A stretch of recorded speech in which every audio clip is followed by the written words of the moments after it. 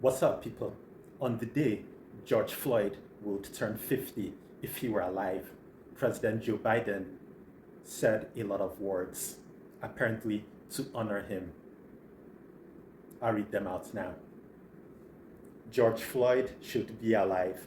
He should be celebrating his 50th birthday with his young daughter, Gianna, family, and friends. He deserved so much more. Today, we join his family to honor his life and legacy.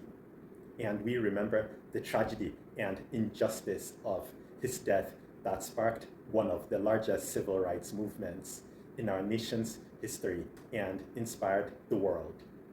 George Floyd's murder exposed for many what Black and Brown communities have long known and experienced, that our nation has never fully lived up to its highest ideal of fair and impartial justice for all under the law.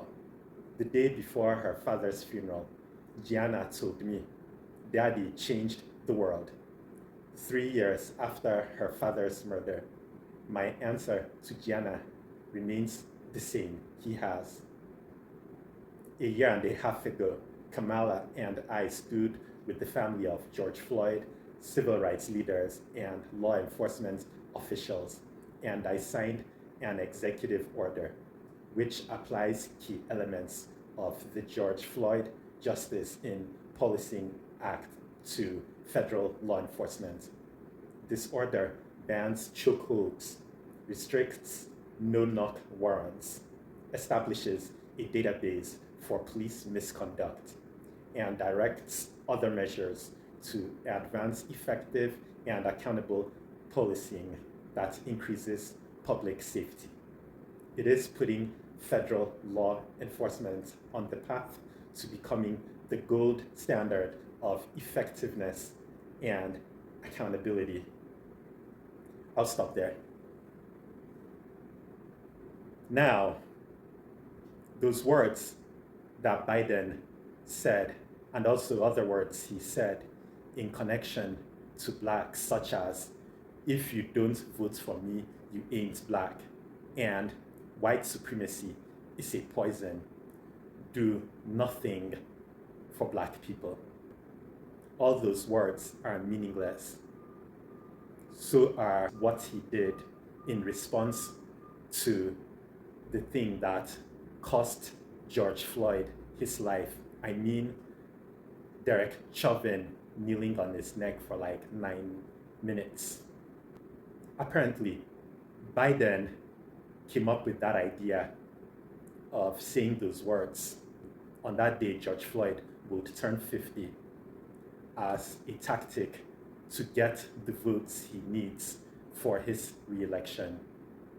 A lot of Blacks would smile in response to these words, as they would to Kamala Harris attending events to get the Black votes, such as going to a Black church, historically Black colleges and universities, and so on, throwing that party for the 50th anniversary of the hip hop celebration, and so on.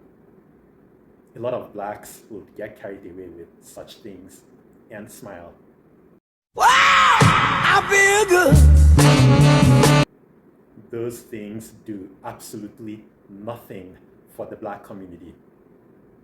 Let me remind you,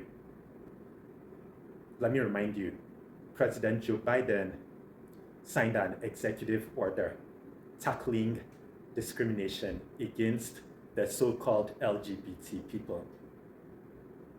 That was one of the first things he did after moving into the White House. He also signed a bill to protect Asian Americans and Asian people.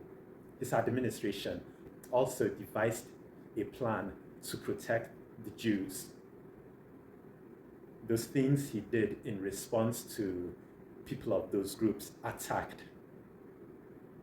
Blacks are killed without good reasons by white people. I'm not saying all white people, but they are killed by whites without good reasons, especially by cops. Biden has not done anything for us blacks, despite a lot of us instrumental in his election, deposing Donald Trump. Before blacks vote for Biden, they should get reparations and a bill specifically to protect the black race. A lot of black people plan not to vote for Biden unless we get the reparations. Some of them plan to vote for the Republican nominee. Some plan to vote for the independent nominee. And others plan not to vote for anybody. I warn you, black people, do not get carried away with the words of Joe Biden or Kamala Harris. Forget them. Think of what we blacks actually need. Let me know what you think. Thanks for watching.